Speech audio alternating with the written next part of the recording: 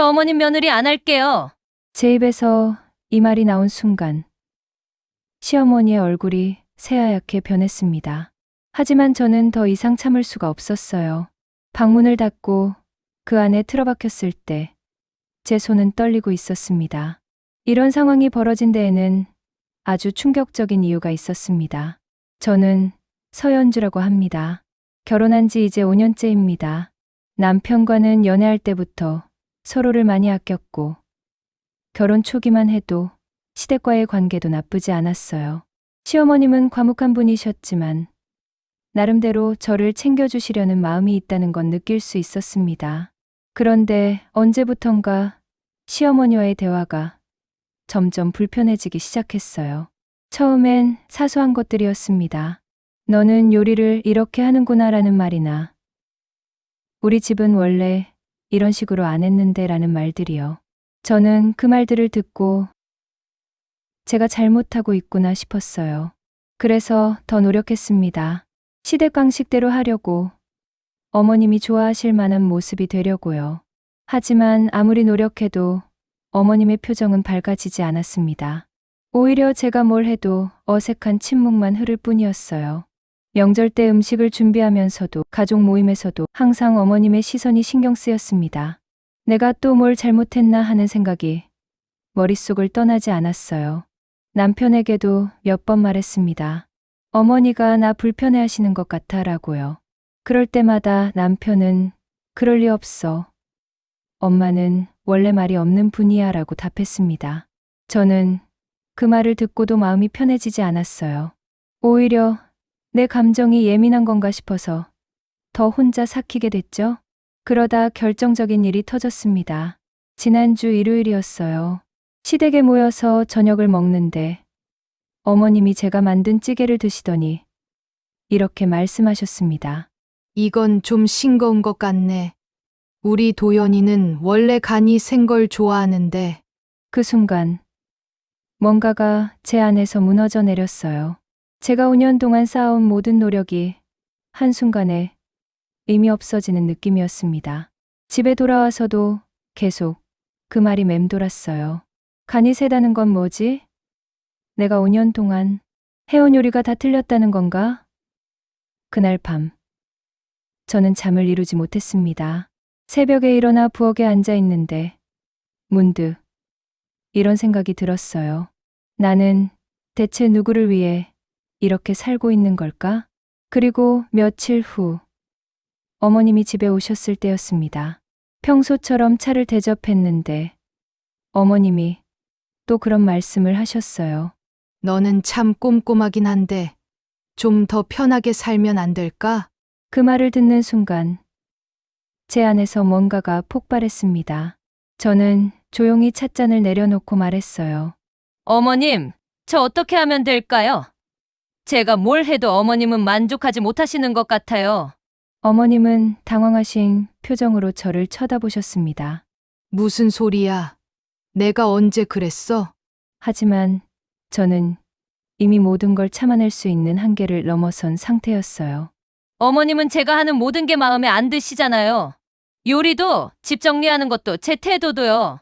어머님의 얼굴이 굳어졌습니다. 난 그런 적 없어. 내가 너무 예민하게 받아들이는 거야. 그 말을 듣고 저는 더 이상 대화를 이어갈 수 없었어요. 방으로 들어가 문을 닫았고 그 뒤로 어머님과 마주치지 않으려고 했습니다. 그리고 어제 남편이 중재하려고 나섰을 때였습니다. 엄마도 너 싫어하는 거 아니야. 그냥 표현이 서툰 거야. 저는 그 말을 듣고 웃음이 나왔어요. 그래? 그럼 나는 5년 동안 뭐였어? 표현이 서툰 사람 눈치 보느라 내 감정 다 죽이고 산 건 뭐야? 남편은 아무 말도 하지 못했습니다. 그리고 그날 저녁 시어머니가 다시 집에 오셨을 때 저는 결국 그 말을 내뱉고 말았습니다. 저 어머님 며느리 안 할게요. 그날 이후로 며칠 동안 집안은 얼어붙은 것처럼 조용했습니다. 저는 제 방에만 있었고 어머님은 거실에서 남편과 이야기를 나누셨지만 저는 듣고 싶지 않았어요. 제 머릿속엔 지난 5년간의 순간들이 계속 떠올랐습니다. 사실 어머님이 저를 싫어하신다는 확신은 없었어요. 하지만 그분이 던지는 말들은 항상 저를 작게 만들었습니다.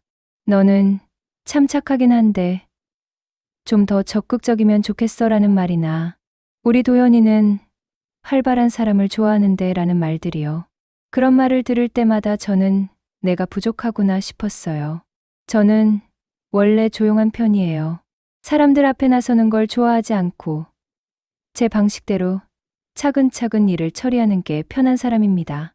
그런데 어머님의 말을 듣다 보니 제 성격 자체가 잘못된 것처럼 느껴졌어요. 그래서 억지로라도 밝게 웃으려 했고 더 많이 말하려고 노력했습니다. 하지만 그럴수록 저는 더 지쳐갔어요. 한편 어머님도 힘들어하고 계셨던 것 같습니다. 남편을 통해 들은 이야기인데 어머님은 제가 자기를 피한다고 느끼셨대요. 연주가 나한테 마음을 안 열어라고 하셨다더군요. 저는 그 말을 듣고 어이가 없었습니다. 제가 마음을 안 연 게 아니라 어머님이 저를 받아주지 않으셨던 거잖아요. 그런데 가만히 생각해 보니 어머님도 제게 뭔가 말하고 싶었던 게 있었을 것 같았어요. 하지만 그분도 저처럼 표현이 서툰 사람이셨던 거죠. 그래서 돌려 말하고 간접적으로 표현하셨던 건데 저는 그걸 다 비난으로 받아들였던 겁니다. 어느 날 저녁 남편이 조심스럽게 물어왔어요. 연주야, 엄마랑 대화 한번 해보는 게 어때? 저는 고개를 저었습니다. 무슨 말을 해? 이미 다 틀어졌는데. 남편은 한숨 쉬며 말했어요. 그래도 이렇게 계속 피하면 아무것도 해결 안 돼. 저도 그걸 모르는 건 아니었어요. 하지만 어머님과 마주 앉아 이야기한다는 게 너무 무서웠습니다. 또다시 상처받을까봐, 또다시 제가 부족하다는 말을 들을까봐요. 그래서 저는 계속 방 안에만 있었고 어머님과 눈도 마주치지 않으려 했습니다. 그러던 어느 날 형님이 찾아왔어요. 형님은 저보다 먼저 이 집에 며느리로 들어온 사람이었고 시댁 생활을 훨씬 오래 했습니다. 형님은 차를 마시며 조용히 말했어요. 공서, 어머님이 많이 힘들어 하시더라. 저는 쓴웃음을 지었습니다. 전 더 힘들어요, 형님. 형님은 고개를 끄덕였어요. 알아. 근데 어머님도 나름 고생 많이 하셨고. 젊었을 때 혼자 애들 키우느라 얼마나 힘드셨겠어. 그래서 말하는 게 서툰 거야. 저는 그 말을 듣고 멍하니 앉아 있었습니다. 사실 어머님의 과거에 대해 잘 모르고 있었어요. 남편에게 몇 번 물어봤지만 남편은 자세히 얘기하지 않았거든요. 형님은 계속 말을 이어갔습니다. 어머님은 표현이 서툴러서 그렇지 며느리들 미워하는 분 절대 아니야. 나도 처음엔 오해 많이 했어. 그날 밤 저는 오랜만에 깊이 잠들지 못했습니다. 형님의 말이 계속 맴돌았어요. 어머님도 나름의 상처가 있으신 걸까? 하지만 그렇다고 해서 제가 받은 상처가 없어지는 건 아니었습니다. 저도 5년 동안 충분히 아팠으니까요. 일주일쯤 지났을 때 남편이 제안을 하나 했습니다. 연주야, 우리 시골에 잠깐 다녀올까? 엄마랑 둘이서. 저는 즉시 거절했어요. 무슨 소리야? 나 어머님이랑 단둘이 있기 싫어. 하지만 남편은 진지한 표정으로 말했습니다. 이대로 가면 정말 관계가 끝날 것 같아. 엄마한테 한 번만 기회를 줘봐. 저는 한참을 고민했어요. 솔직히 어머님과 더 이상 관계를 이어가고 싶지 않았습니다. 하지만 남편의 얼굴을 보니 그 사람도 많이 힘들어하고 있다는 게 느껴졌어요. 그래서 결국 알았어. 가볼게라고 대답했습니다. 며칠 후 저와 어머님은 함께 차를 타고 시골로 향했습니다. 남편의 고모님이 살고 있는 작은 마을이었는데 거기서 이틀 정도 묵기로 했어요. 차 안은 너무나 조용했습니다. 어머님도 저도 아무 말이 없었어요. 가끔 라디오 소리만 들릴 뿐이었습니다. 마을에 도착했을 때 공기가 달랐어요. 도시의 답답함과는 다른 뭔가 숨통이 트이는 느낌이었습니다. 고모님은 반갑게 맞아주셨고 우리에게 작은 방을 내주셨어요. 여기서 편하게 쉬다 가 하시며 웃으셨습니다. 저녁을 먹고 난 뒤 저는 마을을 혼자 산책했어요. 어머님은 고모님과 이야기를 나누고 계셨고 저는 그 시간이 편했습니다. 논밭 사이로 난 좁은 길을 걷는데 문득 이런 생각이 들었어요. 여기선 아무도 날 평가하지 않네. 그날 밤 방에 들어가니 어머님이 이미 누워 계셨습니다. 저도 조용히 누웠는데 잠이 오지 않았어요. 천장을 바라보며 누워 있는데 어머님이 조용히 말씀하셨습니다. 자니, 저는 잠시 망설이다 아니요라고 대답했습니다. 내일 아침에 산책 같이 갈래? 어머님의 목소리는 평소보다 부드러웠어요. 저는 네라고만 답했습니다. 그리고 다시 침묵이 흘렀죠. 다음 날 아침, 우리는 함께 마을 뒷산으로 올라갔습니다. 산책로라고 하기엔 조금 험했지만 공기는 정말 좋았어요. 어머님은 천천히 걸으시며 가끔 주변 풍경을 가리키셨습니다. 저기 저 나무, 봄엔 꽃이 정말 예뻐. 저는 고개를 끄덕였지만 특별히 대꾸하진 않았어요. 한참을 걷다가 쉬는 곳에 앉았습니다. 어머님이 물을 꺼내주시며 말씀하셨어요. 너 나한테 불만이 많았구나. 저는 물병을 받아들고 잠시 말없이 있다가 대답했습니다. 네, 솔직히 그랬어요. 어머님은 고개를 끄덕이셨어요. 미안해. 내가 표현을 잘 못해서. 저는 그 말을 듣고 뭔가 답답한 게 풀리는 것 같으면서도 동시에 화가 나기도 했어요. 어머님, 표현을 못 하신다고 해서 제 상처가 없어지는 건 아니에요. 어머님은 아무 말씀이 없으셨습니다. 그냥 먼 산을 바라보고 계셨어요. 저도 말을 이어가지 못했습니다. 우리는 한참을 그렇게 앉아 있었고 어색한 침묵이 계속됐습니다. 하지만 그 침묵 속에서 뭔가가 조금씩 변하고 있다는 느낌이 들었어요. 그날 저녁, 고모님 집 작은 마루에 앉아 있을 때였습니다. 어머님이 차를 따라주시며 조용히 말씀하셨어요. 내 이야기 좀 들어줄래? 저는 차를 받아들고 고개를 끄덕였습니다. 어머님은 천천히 말씀을 시작하셨어요. 나도 젊었을 땐 꿈이 있었어. 요리를 배우고 싶었거든. 작은 식당이라도 하나 차리는 게 꿈이었지. 저는 처음 듣는 이야기였어요. 어머님이 꿈이 있으셨다는 것도, 그걸 포기하셨다는 것도요. 근데 시집 오고 나서 애들 키우느라 그런 거 다 접었어. 네 시아버지는 일찍 돌아가셨고 나 혼자 애들 둘 키우느라 정신 없었지. 밥 먹이고 학교 보내고 그게 다였어. 어머님의 목소리에 감정이 실려 있었습니다. 슬픔도 아니고 후회도 아닌 그냥 담담한 체념 같은 거요. 그러다 보니 내가 사람 대하는 게 좀 서툴러졌나 봐. 뭘 어떻게 말해야 할지 모르겠더라고. 특히 며느리한테는 더 그랬어. 너무 잘해주고 싶은데 그게 어떻게 하는 건지 몰라서. 어머님이 말을 멈추셨어요. 제 얼굴을 보지 않고 그냥 하늘을 보고 계셨습니다. 저는 가슴이 먹먹했어요.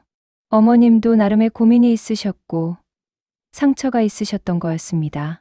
너한테 한 말들 다 잘 되라고 한 건데 그게 너를 힘들게 했구나. 진짜 미안해. 어머님의 눈가가 붉어졌습니다. 저도 모르게 눈물이 났어요. 참으려고 했는데 계속 흘러나왔습니다. 어머님, 저도 힘들었어요. 어머님이 저를 싫어하시는 줄 알았어요. 뭘 해도 인정받지 못하는 것 같아서 너무 외로웠어요. 어머님이 제 손을 잡으셨습니다. 그 손이 따뜻했어요. 미안해, 연주야. 내가 너무 서툴렀어.